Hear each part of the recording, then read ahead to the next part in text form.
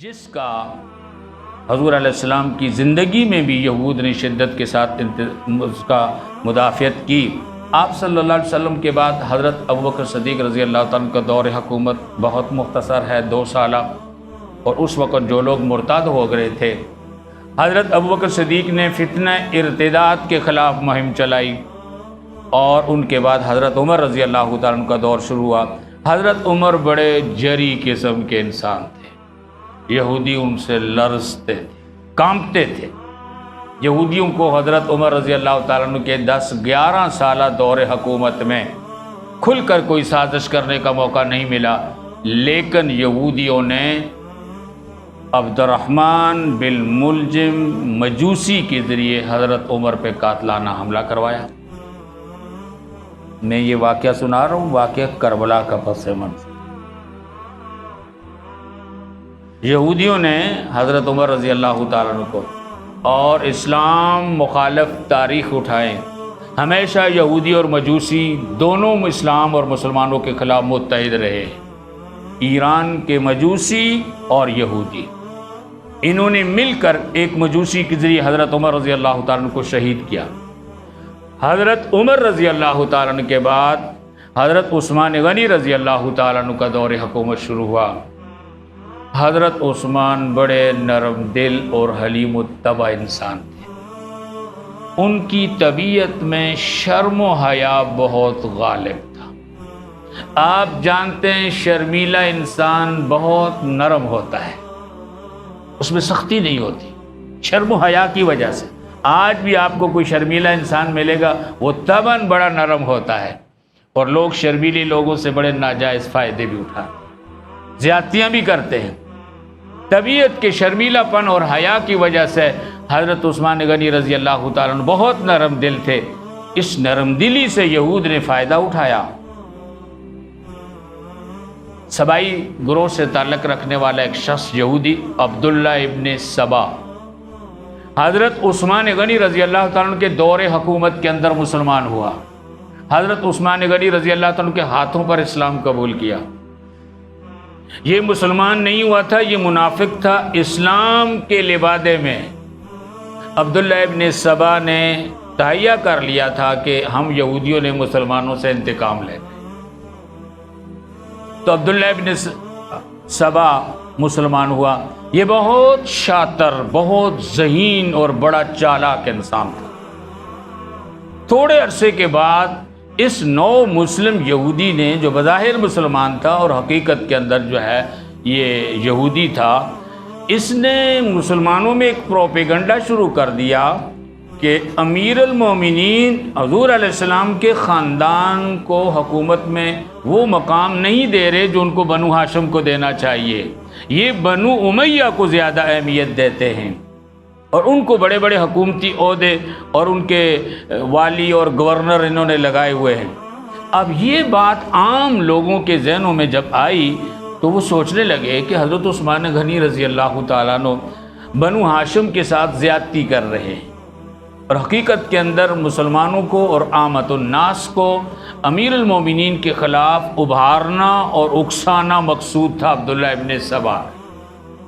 تو اس نے ابتداً یہ پروپیگنڈا کیا کہ حضرت عثمان جو ہے بنو ہاشم کے ساتھ زیادتی کر رہے ہیں اور بنو امیہ کو حکومتی عہدوں سے نواز رہے ہیں۔ تھوڑے عرصے کے بعد عبداللہ ابن سبا نے ایک نیا شوشہ چھوڑا، کہنے لگا محمد صلی اللہ علیہ وسلم دوبارہ زندہ ہو کر آئیں گے۔ یہ بہت ذہین انسان تھا اور اللہ نے اس کو بڑی زبان کی طاقت اور قوت دی تھی۔ یہ زمین دیکھ کر قدم رکھتا تھا اور ماحول کو دیکھ کر ایک آواز لگاتا تھا، لوگوں کے ذہن بدلتا تھا۔ اب اس نے ایک نیا عقیدہ لوگوں کے سامنے لے آیا کہ محمد صلی اللہ علیہ وسلم دوبارہ زندہ ہو کر دنیا میں آئیں گے۔ کچھ عرصے کے بعد عبداللہ ابن سبا نے ایک اور تیسری بات اس نے لوگوں میں بیان کرنا شروع کر دی کہ ہر نبی کا ایک وزیر اور ایک وصی ہوتا ہے، رازدار ہوتا ہے۔ موسیٰ علیہ السلام کے رازدار یوشع بن نون تھے، محمد صلی اللہ علیہ وسلم کے رازدار حضرت علی تھے۔ پھر اس نے اگلا پروپیگنڈا یہ شروع کیا کہ محمد صلی اللہ علیہ وسلم نے خلافت حضرت علی کو دی تھی، ابو بکر و عمر نے وہ خلافت غصب کر لی ہے وہ حضرت علی سے۔ یہ تاریخ کے وہ مستند واقعات ہیں کہ عبداللہ ابن سبا اس طرح تسلسل کے ساتھ مسلمانوں کے اندر یہ عجیب عجیب باتیں پھیلا رہا تھا۔ اسی دور میں عبداللہ ابن سبا نے کہا کہ لوگوں اب بھی کچھ نہیں گیا، حضرت عثمان کو امارت سے خلافت سے ہٹاؤ اور ہم حضرت علی کو لاتے ہیں۔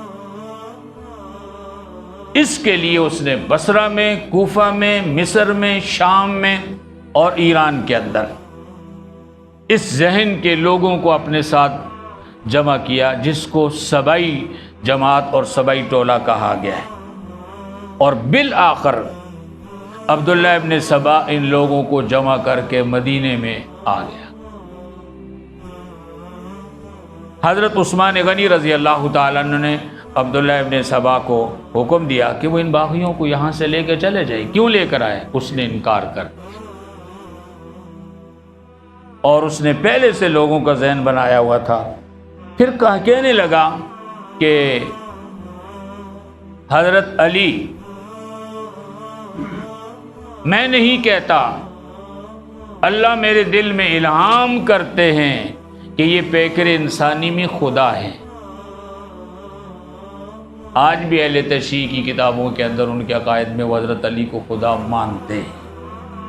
یہ عبداللہ ابن سبا کا گڑا ہوا عقیدہ تھا جو یہودی تھا۔ اسی نے حضرت عثمان غنی رضی اللہ تعالیٰ عنہ کے خلاف حضرت علی کی حق میں ایک جماعت شیعان علی کے نام سے بنائی تھی۔ یہ عبداللہ ابن سبا اس کا موجد ہے، پہلا انسان ہے، اور اس نے کہا تھا کہ ابو بکر و عمر کو گالیاں دیا کرو، انہوں نے حضرت علی کی خلافت غصب کی ہے۔ آج جس کو تبرہ کہتے ہیں، صحابہ کو گالیاں دینا، اس تبرہ کا بانی عبداللہ ابن سبا یہودی تھا۔ اس نے لوگوں کو کہا تھا ابو بکر و عمر کو گالیاں دو، اور پھر عبداللہ ابن سبا نے ان کو اپنے اس سبائی ٹولے کے ذریعے حضرت عثمان غنی رضی اللہ تعالیٰ عنہ کو شہید کر دیا۔ حضرت عمر کو بھی یہودیوں نے مجوسیوں کے ساتھ مل کر شہید کیا۔ عبد الرحمن بن ملجم قاتل ہیں حضرت عمر کے۔ حضرت عثمان غنی رضی اللہ تعالیٰ عنہ کو بھی انہی لوگوں نے شہید کیا۔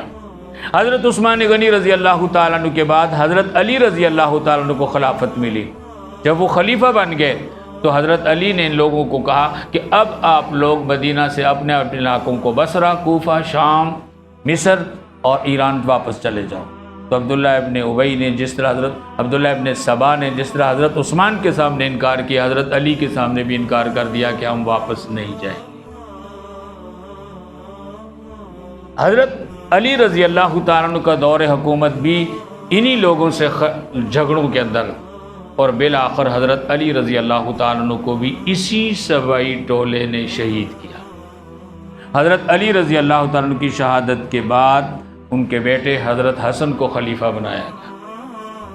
حضرت حسن جب خلیفہ بنے تو صحابہ کرام کی خلفائے راشدین کی 4 خلفاء کی حکومت 29.5 سال کی ہو گئی تھی۔ صحابہ کا دور، حضرت ابو بکر، حضرت عمر، حضرت عثمان، حضرت علی کا 6 مہینے حضرت حسن رضی اللہ تعالیٰ عنہ نے حکومت کی، 6 مہینے۔ یہاں میں یہ بھی بتاتا چلوں، حضور علیہ السلام کی ایک حدیث ہے، آپ صلی اللہ علیہ وسلم نے اپنی زندگی میں جب حضرت حسن اور حسین چھوٹے تھے بہت سی باتیں اپنے نواسوں کے بارے میں کہی۔ ایک بات حضور علیہ السلام نے کہی تھی، میرا یہ بیٹا حسن ایک وقت آئے گا یہ سردار ہوگا، اور ان یصلح بین فئتین عظیمتین من المسلمین، یہ حضور صلی اللہ علیہ وسلم کی مستند حدیث ہے۔ آپ صلی اللہ علیہ وسلم نے فرمایا میرا یہ بیٹا، میرا یہ نواسہ حسن اب وقت آئے گا یہ سردار ہوگا، اور یہ مسلمانوں کی 2 بڑی جماعتوں میں صلح کروائے گا۔ میں اکثر کہا کرتا ہوں، میں تاریخ اور لوگوں کی آراء اور تجاویز پہ بات نہیں کرتا، قرآن اور حدیث سے بات کرتا ہوں۔ یہ رسول اللہ صلی اللہ علیہ وسلم کا فرمان ہے حضرت حسن کے بارے میں۔ آج ہم مسلمانوں میں بھی یہ خیال پایا جاتا ہے کہ حضرت حسین ابن علی رضی اللہ تعالیٰ عنہ کی جو یزید کے ساتھ مخالفت تھی، آج ہمارے اندر اتنا شعور نہیں ہے، دشمن ہمیں یزید کہتا ہے اور ہم بھی یزید کو گالیاں دیتے ہیں۔ وہ ہم سب کو یزید کہتے ہیں اور ہم بھی یزید کو گالیاں دیتے ہیں، اور کہا جاتا ہے یہ کفر اور اسلام کی جنگ ہے۔ دو طبقے تھے، یاد رکھیے، حضرت علی رضی اللہ تعالیٰ عنہ کا گروہ، حضرت معاویہ رضی اللہ تعالیٰ عنہ کا گروہ۔ اللہ کے نبی نے اپنی زبان نبوت سے کہا مسلمانوں کی دو عظیم جماعتیں، حضور ان دو گروہوں کو مسلمانوں کی عظیم جماعتیں کہیں۔ آج صدیوں بعد ایک کو کوئی کافر کہے، دوسرے کو مسلمان کہے، تو وہ رسول اللہ صلی اللہ علیہ وسلم کی اس بات کی تردید بھی کرتا ہے۔ بہرحال آپ صلی اللہ علیہ وسلم نے حضرت حسن کے بارے میں یہ فرمایا۔ حضرت حسن رضی اللہ تعالیٰ عنہ نے 6 مہینے کے بعد حضرت معاویہ رضی اللہ تعالیٰ عنہ کے ساتھ صلح کر لی۔ حضرت معاویہ رضی اللہ تعالیٰ عنہ کو مدینے کوفے بلایا۔